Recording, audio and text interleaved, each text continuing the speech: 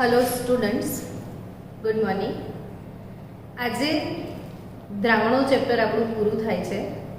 એટલે દ્રાવણો ચેપ્ટરના સ્વાધ્યાયની અંદર જેટલા પણ દાખલાઓ આવ્યા છે એમાં જેટલા તમને ડાઉટ્સ હોય એ ડાઉટ્સ તમે મને જે મોકલી આપ્યા છે એનું સોલ્યુશન આપણે કરવા જઈ રહ્યા છીએ. એમાંનો એક દાખલો છે સ્વાધ્યાયની એક્સરસાઇઝનો 6થા નંબરનો કે Na2CO3 અને NaHCO3 ના સમમોલર 1 ગ્રામ મિશ્રણનું 0.1 મોલર HCl વડે સંપૂર્ણ તટસ્થીકરણ કરવા માટે HCl નું જરૂરી કદ કેટલું. તો આ દાખલો આપણે આજે ગણીએ કે Na2CO3 ને NaHCO3 બંનેનું કુલ મિશ્રણ 1 ગ્રામ છે. એટલે આપણે Na2CO3 પ્લસ NaHCO3 અને આ બંનેના મિશ્રણનું કુલ વજન કેટલા ગ્રામ છે? 1 ગ્રામ છે કુલ થયું. તો આપણે ધારી લઈએ, ધારો કે Na2CO3 x ગ્રામ છે તો NaHCO3 કેટલો થશે વિચારીને કહો. તો કે Na2CO3 x ગ્રામ કુલ મિશ્રણ 1 ગ્રામ, તો આનું કેટલું થાય? તો કે 1 - x ગ્રામ. આ x ગ્રામ તો આ 1 - x ગ્રામ થશે. હવે બંનેના મિશ્રણ આ x ગ્રામ આ 1 - x ગ્રામ, તો બંનેના મોલ શોધી કાઢો. તો કે મોલ કઈ રીતે મળે? વજન છેદમાં આણ્વીય દળ. એટલે આપણે સાઈડ પર બંનેના મોલ શોધી નાખીએ. Na2CO3 ના મોલ અને NaHCO3 ના મોલ ને બંનેનું શું શોધી કાઢીએ? આણ્વીય દળ. તો Na2CO3 નું જે આણ્વીય દળ છે 2 કૌંસમાં સોડિયમ 23 ગ્રામ 23 × 46 વત્તા કાર્બન 12 ગ્રામ કાર્બન અને 3 × 16 48, એટલે આ કુલ વજન થશે 106 ગ્રામ પ્રતિ મોલ.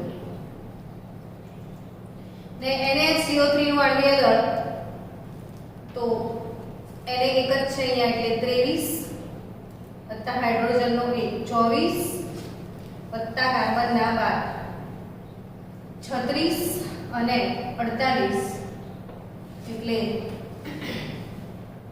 84 ગ્રામ પ્રતિ મોલ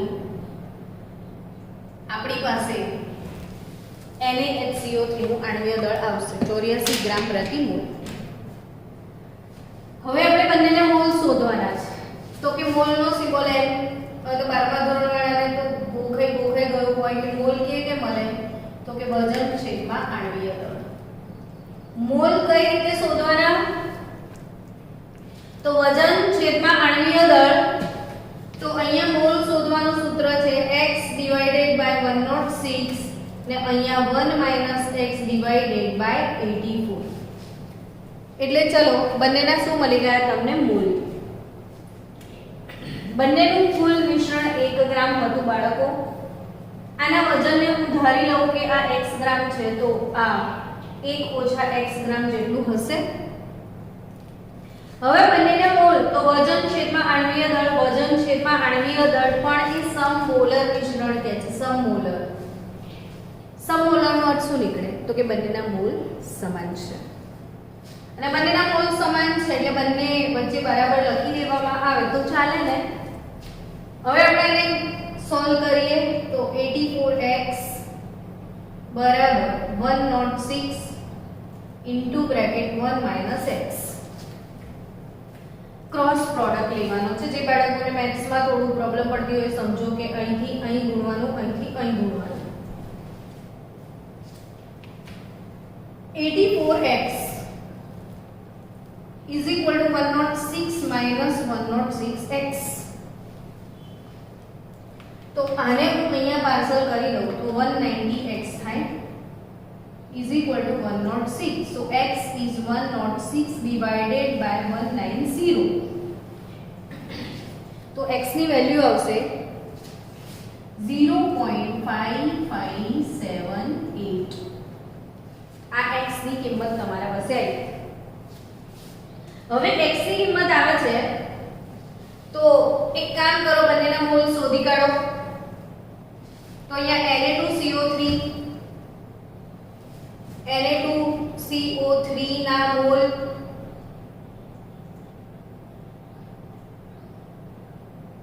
કેટલા છે? તો કે Na2CO3 ના મોલ છે x/106. અહીં x છે 0.5578 upon આ 106. તો શું આવે? Na2CO3 ના મોલ 0.00526 મોલ તમને મળશે. 0.00526 મોલ તમારે આવશે. હવે Na2CO3 ના મોલ, NaHCO3 ના મોલ તો બાળકો ગાંડું હોય એ શોધવા બેસે. કેમ કે એને ચોખ્ખું તો કીધું જ કે બંનેનું સમમોલર મિશ્રણ જે આના જેટલા મોલ છે એટલા જ આના થવાના છે. તો અગેન એના મોલ એટલા જ આવવાના છે ને, 0.00526 જ આવશે સમમોલર મિશ્રણ. અહીંયા જેટલા મોલ એટલા મોલ અહીંયા. અને તમે ટ્રાય કરી જોજો 1 - x/84 તો એ જ આવશે. હવે બંનેનું સમમોલર મિશ્રણ અને તટસ્થીકરણ HCl વડે થાય છે. આ બેઝ હશે, આ બેઝિક સોલ્ટ છે ને બેઝનું તટસ્થીકરણ એસિડ વડે થાય તો ક્ષાર અને પાણીનું તટસ્થીકરણ ઇક્વેશન લખવું પડશે આપણે. તો Na2CO3 આની સંયોજકતા 2 છે, 2 મોલ HCl જોઈશે એટલે 2 મોલ NaCl થશે પ્લસ H2CO3 કાર્બોનિક એસિડ એટલે H2O CO2. હવે આ Na2CO3 2HCl 2 મોલ NaCl. તો Na2CO3 ના મોલ તો કે અહીં NaHCO3 નું પણ સમીકરણ ડાયરેક્ટ લખી દે તો બંનેના કુલ મોલ લઈ લઈશું. તો NaHCO3 જોડે પણ HCl વડે તટસ્થીકરણ કરીશું તો NaCl H2O CO2. હવે અહીંયા કુલ મોલ HCl ના કેટલા વપરાયા? તો કે 3 મોલ વપરાય છે. HCl ના કુલ કેટલા મોલ વપરાયા? 3 મોલ. તો આ બંનેનું મિશ્રણ લઈએ, આ બંનેનું ઇક્વિમોલર મિશ્રણ, તો 3 મોલ HCl વપરાય. અહીંયા એવું કહી શકાય, તમે આ રીતે ગણી શકો કે 1 mall Na2CO3 versus 2 mall HCl અને 1 મોલ Na વર્સિસ આટલા મોલ HCl થાય તો 1 મોલ વર્સિસ 3 મોલ. અથવા તમારે છૂટું ગણવું હોય તો પણ તમારી ઈચ્છા. તમે એવું કહી શકો કે 1 મોલ Na2CO3 ના સંપૂર્ણ તટસ્થીકરણ માટે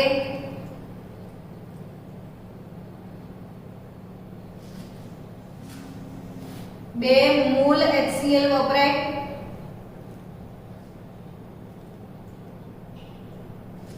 તો 0.00526 મોલ Na2CO3 ના તટસ્થીકરણ માટે કેટલો વપરાય?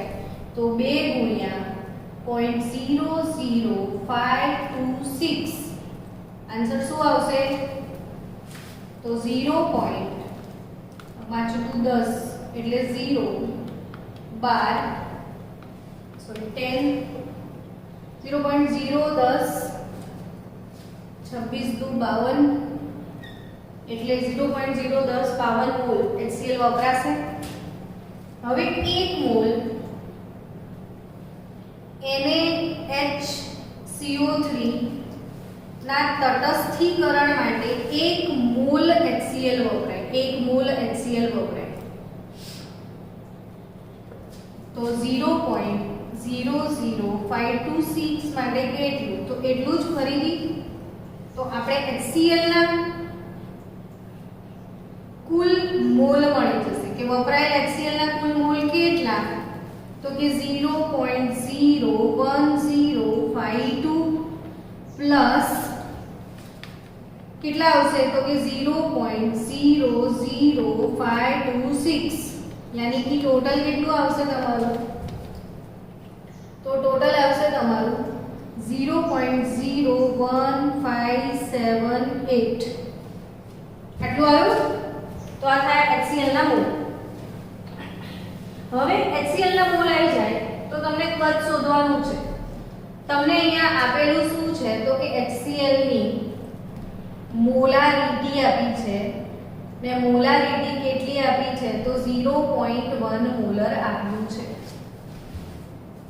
સો બાળકો મોલારિટી બરાબર શું તો કે મોલ છેદમાં લીટર મોલારિટી બરાબર શું તો કે મોલ બાય લીટર હવે HCl ની મોલારિટી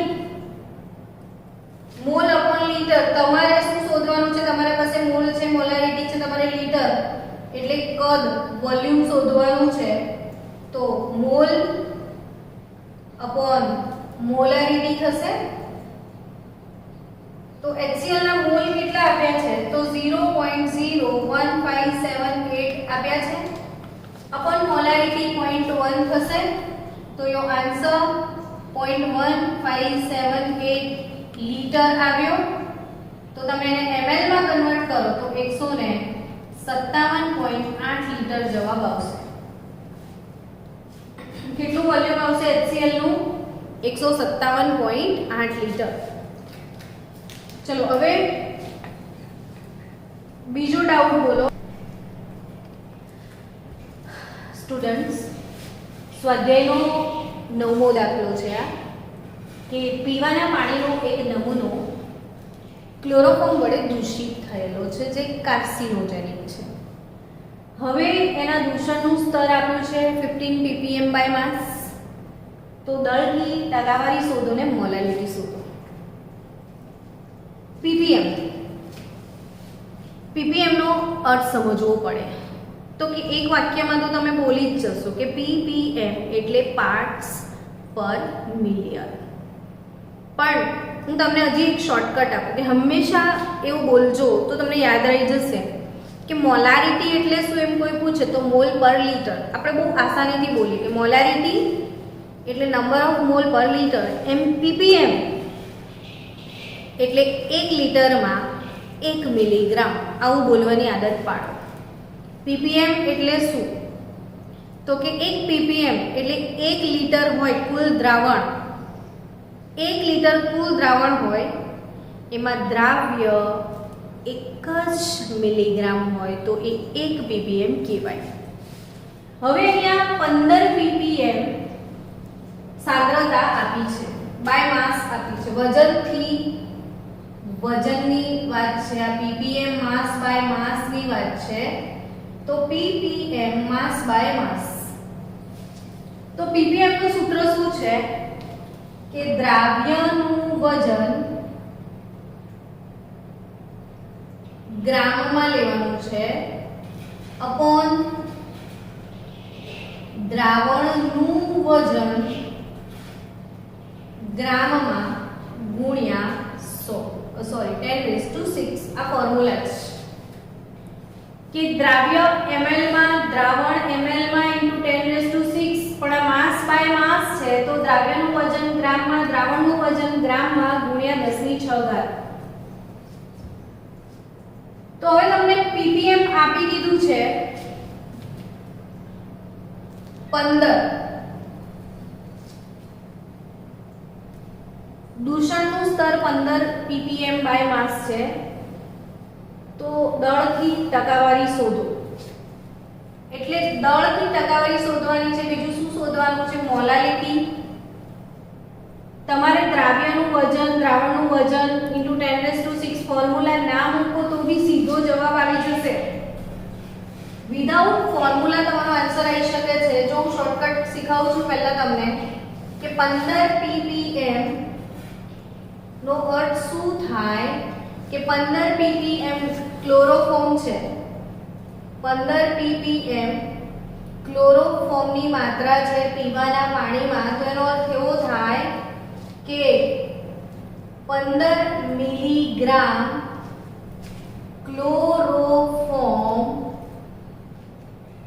1 લિટર પાણી એટલે ગ્રામમાં વેલ્યુ કેટલી થાય 1000 ગ્રામ પાણીમાં દ્રાવ્ય છે આવો અર્થ નીકળે કે 15 ppm ક્લોરોફોર્મ નો અર્થ શું નીકળે બાળકો 15 ppm ક્લોરોફોર્મ નો અર્થ નીકળશે કે 15 મિલીગ્રામ ક્લોરોફોર્મ 1000 ગ્રામ પાણીમાં દ્રાવ્ય છે જો બીજી બે ચાર વાતો શીખવું કે 20 ppm કેલ્શિયમ +2 W/V તમારી પાસે છે તો આનો અર્થ એવો નીકળે V કદ છે તો અહીંયા 20 ppm Ca+2 નો અર્થ નીકળશે 20 મિલીગ્રામ કેલ્શિયમ +2 1 લિટર દ્રાવણમાં ઓગળેલો છે મિલીગ્રામ પર લિટર ppm એટલે શું તો મિલીગ્રામ પર લિટર તો અહીંયા 20 મિલીગ્રામ Ca+2 આનો અર્થ કે 20 મિલીગ્રામ Ca+2 1 લિટર દ્રાવણમાં ઓગળેલો છે તો 15 ppm નો અર્થ એવો થાય 15 મિલીગ્રામ ક્લોરોફોર્મ 1 લિટર એટલે 1000 ગ્રામ પાણીમાં દ્રાવ્ય છે સ્ટોરી ઓવર બસ હવે શું તો દળથી ટકાવારી શોધવાની છે દળથી ટકાવારી એટલે પરસેન્ટેજ W/W શોધવાનું સૂત્ર દુનિયામાં સૌથી ઈઝીમાં ઈઝી W/W ગુણ્યા 100 ઉપરવાળું દ્રવ્ય ઉપરવાળું W શું તો કે દ્રાવ્યનું વજન ગ્રામમાં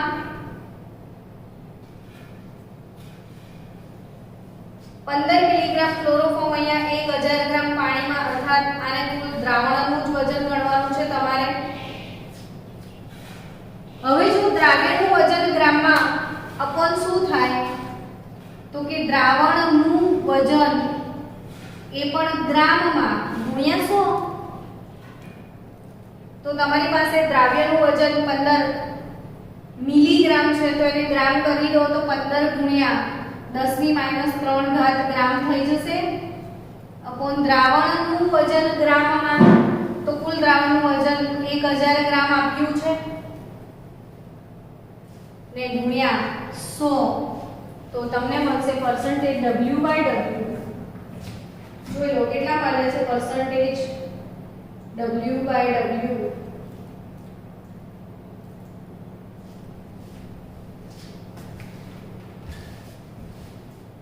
આ 100 તો કટ થઈ ગયા આ 10 ની એક ઘાત ઉપર આવશે તો 15 * 10⁻²તો અહીંયા તમને મળશે 0.15% પરસેન્ટેજ W/W કેટલા આવશે તમારા 0.15% 15 દ્રાવ્યનું વજન ગ્રામમાં દ્રાવણનું વજન 1000 ને ગુણ્યા 100 1 મિનિટ બરાબર છે ને 10⁻³ મિલીગ્રામ થઈ હા તો સ્ટુડન્ટ અહીંયા 15 * 10⁻³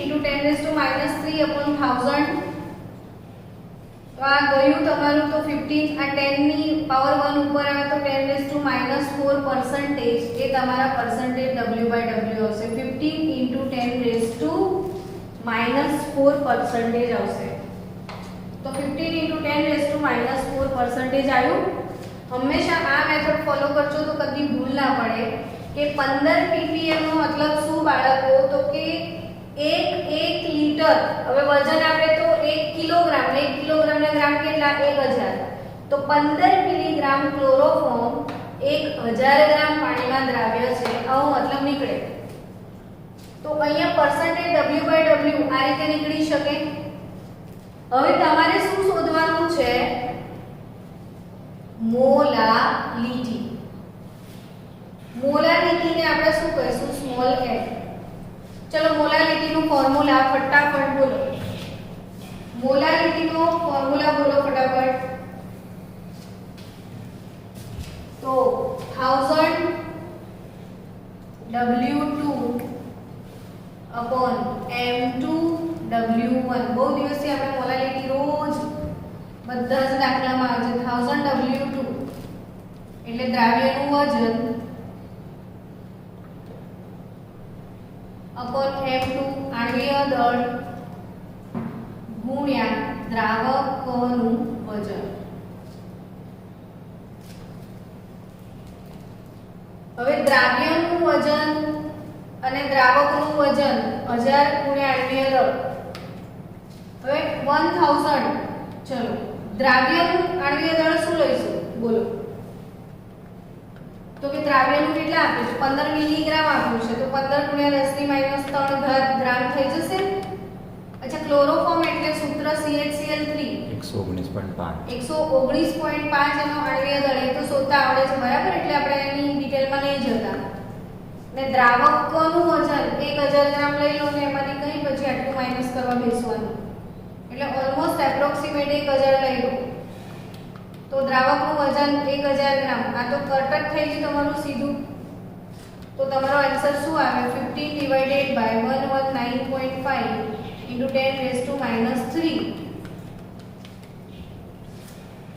બધું થઈને કે ખાલી આટલાનું જ?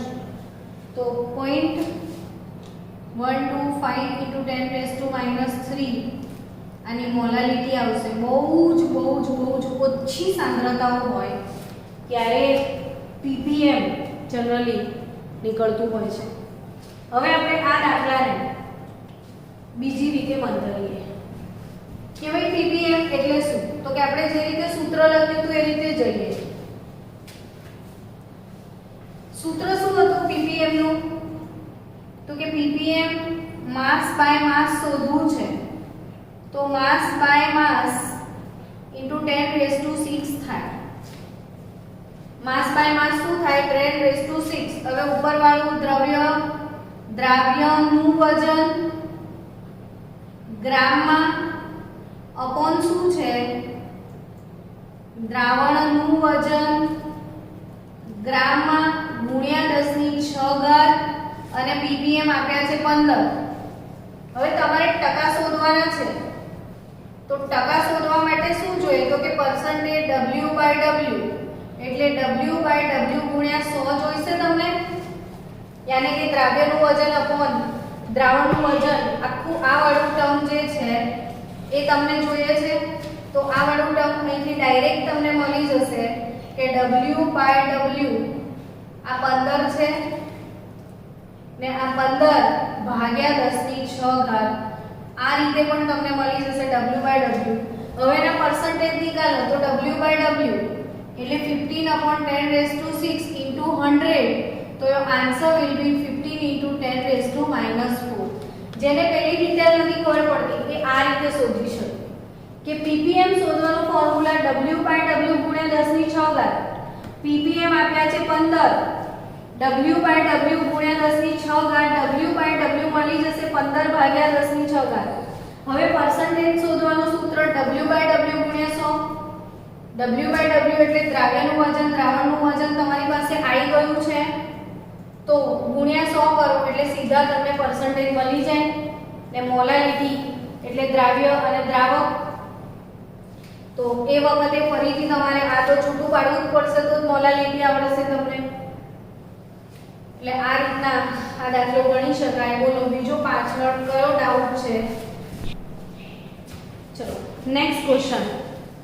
Question number 18. અબાષ્પશીલ દ્રાવ્ય કે જેનું મોલર દળ 40 ગ્રામ પ્રતિ મોલ છે, તેનું કેટલું દળ 114 ગ્રામ ઓક્ટેનમાં ઓગાળવાથી બાષ્પ દબાણ 80% જેટલું ઘટી જાય? શું આપ્યું છે એ લખી દો પહેલા.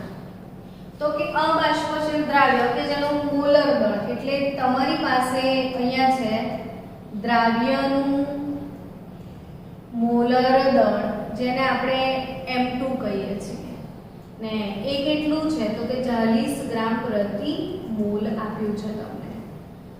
બીજું શું આપ્યું છે? તો કે દ્રાવક નું દળ આપ્યું છે. દ્રાવકના દળને W1 કહીએ છીએ આપણે. એ કેટલું છે? 114 ગ્રામ. કોને શું કહીએ છીએ ને સિમ્બોલ આવડે તો કોઈ તકલીફ જ નહીં પડે. તો દ્રાવ્યનું મોલર દળ m2 = 40 ગ્રામ પ્રતિ મોલ. દ્રાવકનું દળ W1 બરાબર 114 ગ્રામ. તો આપણે દ્રાવ્યનું દળ જેને W2 કહીશું એ આપણે શોધવાનું છે ને દ્રાવ્યનું આનું મોલર દળ આપ્યું છે તો દ્રાવકનું મોલર દળ એટલે m1 એ આપણે શોધી કાઢીએ. તો દ્રાવક તરીકે કોણ છે બાળકો? ઓક્ટેન. ઓક્ટેનનું સૂત્ર C8 અને H. આલ્કેનનું સામાન્ય સૂત્ર શું? તો કે CN H2n + 2. આ 8 છે તો 8 દુ 16 અને 2 18 થશે. તો 8 કૌંસમાં કાર્બન,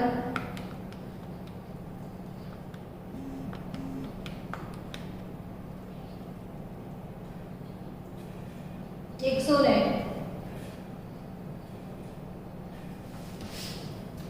114 ગ્રામ પ્રતિ મોલ.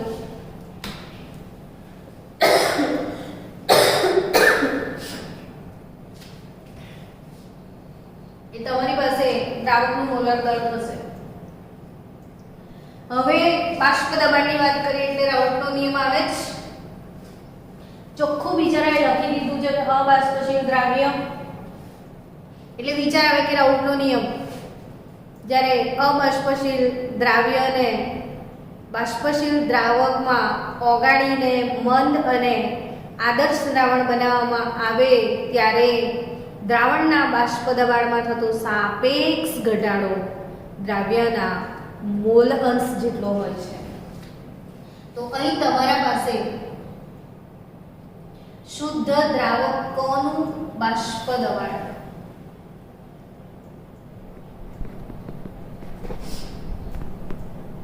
અને દ્રાવણો નું બાષ્પ દબાણ આ બંને વસ્તુની જરૂર પડશે. તો કે એને કઈ હિન્ટ આપી છે. દ્રાવણના બાષ્પ દબાણને આપણે P1 કહીએ છીએ. તો કે એને ઓક્ટેનમાં ઓગાળવાથી એનું બાષ્પ દબાણ કેટલા ટકા ઘટી ગયું? 80% ઘટી ગયું. તો ધારો કે શુદ્ધ દ્રાવકનું X હતું તો આ 80% જેટલું ઘટી જાય છે એવું કહે છે. તો વધ્યું કેટલું દ્રાવણનું? 80% ઘટી જાય છે. એટલે આનું કેટલું? તો x - 0.8x જેટલું થાય. કેટલું થશે આનું? x - 0.8x જેટલું. 80% ઘટી ગયું તો વધ્યું કેટલું? 20% જ વધ્યું ને. એટલે દ્રાવણનું બાષ્પ દબાણ 80% ઘટી જાય છે. આનો અર્થ શું થાય કે આ જો x છે તો દ્રાવણનું બાષ્પ દબાણ કેટલું? તો કે x ના 80% જેટલું. ને x ના 80% એટલે x ગુણ્યા 80/100 જેટલું. એટલે તમને આનું બાષ્પ દબાણ મળશે 0.8x. હવે કુલ તફાવત 20% વધશે. એટલે સૂત્ર પ્રમાણે P0 - P1 upon P0 is equal to દ્રાવ્યના મોલ અંશ x2 એટલે શું? તો કે n2 છેદમાં n2 plus n1. આપણે આ છેદના n2 અવગણી નાખશું. P0 minus P1. P0 ધારો કે x છે તો P1 કેટલું થશે? 0.8x એટલે તફાવત 20 જ વધ્યો ને. 80% જેટલું ઘટી ગયું તો અહીંયા P0 એટલે x, n2 એટલે W2 છેદમાં M2, N1 એટલે W1 M1.